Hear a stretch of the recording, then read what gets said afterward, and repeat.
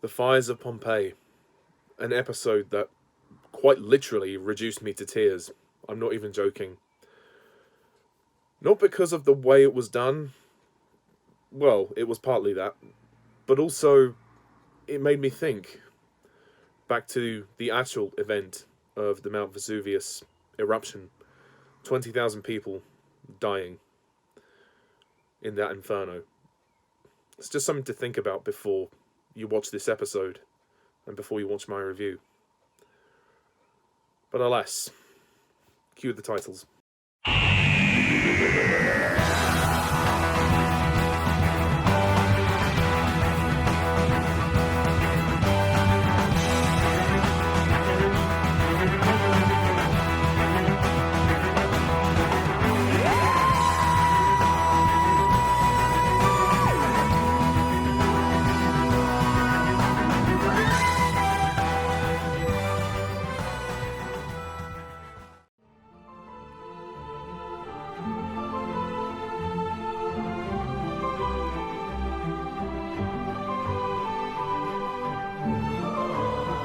Hello, Whovians, and welcome to my latest Doctor Who review, where today I review Series 4, Episode 2, The Fires of Pompeii, which is the 190th Doctor Who story overall, and it stars David Tennant as the 10th Doctor. So, Series 4 continues with The Fires of Pompeii, which is also a very significant episode because it also stars Peter Capaldi and Karen Gillan. Yes, Peter Capaldi plays Caecilius in this story, the father of the family that we focus on, and Karen Gillan plays a member of the soothsayers, like the soothsayer, cult or whatever. So it's interesting to see these two stars before their main period of time within the show. Obviously, Peter Capaldi would go on to play the Doctor, and Karen Gillan would go on to play Amy Pond in Matt Smith's tenure of the show. So it's interesting that they've got little roles here, which I like. But as for the Fires of Pompeii, let's begin. The plot of this is as follows. The 10th Doctor tries taking Donna Noble to ancient Rome for her first trip in the TARDIS, but it seems to have been miscalculated. Instead of the 7 hills, they find a single mountain billowing smoke. Vesuvius. They're in Pompeii, the 23rd of August, 79 AD, the day before Volcano Day. However, something else is horribly wrong. The soothsayer's predictions seem to always be correct, so why can't they see tomorrow's disastrous events? The eruption of Vesuvius? The death of their city? What is blocking their perception?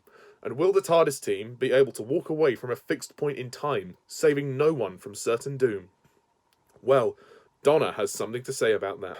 Okay, The Fires of Pompeii. Well, as I alluded to in my intro, this is a very emotional Doctor Who episode. Probably one of the most heartbreaking Doctor Who stories to watch, really. Honestly, I've seen this episode so many times over the years, and watching it today, it just hit me. It always, when I get to the third act of this story, it always seems to really hit me. Because this is an actual event of history. This happened. Vesuvius did erupt. I learned about this in school. It erupted, and all those people died. 20,000 people died. And it creates such a great premise for this particular episode. Obviously, it's done very sensitively in my mind. It does make you think, wow, this happened. I mean, and the way they captured it on screen was almost a little harrowing, to say the least. But The Fires of Pompeii is an incredible episode. It is just superb on every level. I mean, I would say there's a couple of minor things that I would say probably do take a back seat, but centrally what works about this is the third act. The third act of this story is just so emotional, and it hits you. Like I said, it reduced me to tears. By the end, I was very teary-eyed, and, what can I say? It was executed so well. I mean, they don't show too much of the destruction because I don't think they wanted to upset the viewers too much, but they do show enough of it to make you feel the impact of it, which was, oh my god, this really happened. Essentially, what I also love about this story is Donna. Catherine Tate as Donna. Fantastic performance. This could be her best performance, or one of her best performances. She really questions the Doctor's morals here. The Doctor is put in a very difficult situation because it's a fixed point in time. He can't change it. He knows the laws. But at the same time, he doesn't want to come off as being very cruel, but he can't disobey the laws of time. And he's trying to leave. They're trying to get out of Pompeii, but Donna is not having any of it, and she convinces him in the end to save someone. He doesn't save everyone, but he manages to save Caecilius and his family. And obviously there's the very iconic shot when he says, "Come with me."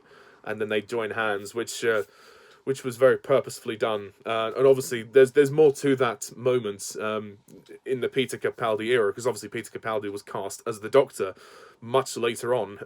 So I will go back to that in future reviews. But yes, based on sheer emotional power, this story is just superb. It's masterfully done. I think the villains, they're okay. They're not the most interesting villains, but they're serviceable for what the story requires. I mean, Lucius Pextrus Dextrus, he's okay. You know, he basically is the leader of the Pyrovillians, and they want to basically stay and conquer the Earth because their own planet, Pyrovillia, has been taken, and there is actually more of a reference to that when we get to the Stolen Earth, but it's basic enough, and it will do, you know, for what the story requires. I think the Pyrovillians, the big giant rock magma creatures, or well, I'll just call them the Pyrovillians, they're all right. They don't seem to do that much in the story, but when they're there, I mean, they're pretty easy to fight off with water. I mean, the Doctor even takes one out with a water pistol.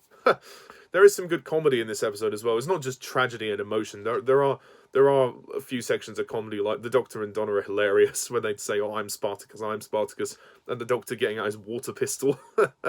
That's pretty funny. As well, we have the Soothsayer group. They're very good as well. They look really cool. They've got like eyes drawn on their hands, and they always cover their eyes when they're trying to sort of see into the future and stuff. And the daughter of the family, called Evelina, she has the gift of foresight, and she's being trained to use it.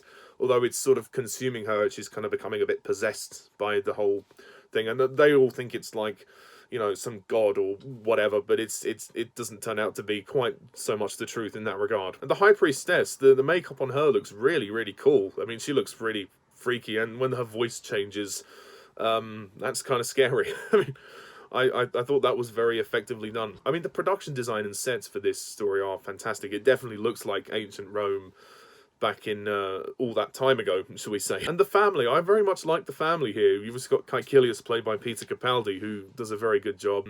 Matera, I think, is the name of the mother. She's good. I quite like her. And Quintus, the son, he's okay.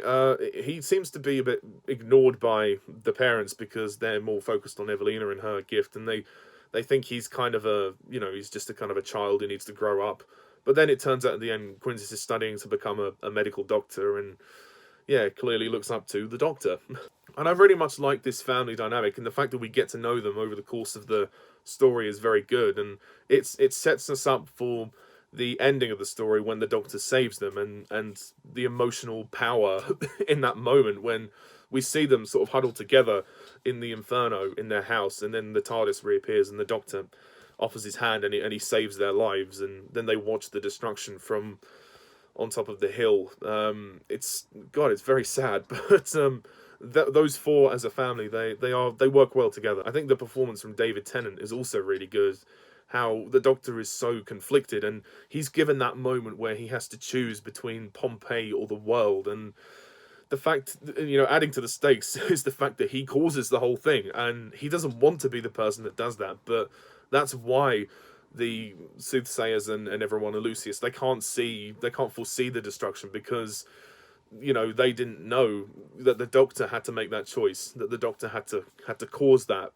And I think it just adds so much drama and so much tension. Like, the tension between the Doctor and Donna is amazing in this one. That scene when Donna chases after the Doctor when he's about to leave, and she tells him to go back and save someone, and she's in a complete emotional state, and she says it's not fair, and he says, "Don't you think if I could go back to Gallifrey then I would and save my people, but I can't?" And then Donna says, "Well, just save somebody, please." So it's, oh my god, it's just so dramatic and it's so emotional. And by this point, like I said, I was in tears. I was completely and utterly in tears. This story is just incredibly well written. It is so emotional beyond belief. Definitely one of my favourite David Tennant stories. And I think the script by James Moran is excellent. It's one of the best, definitely. So, to wrap it all up, I am going to give The Fires of Pompeii an easy 10 out of 10.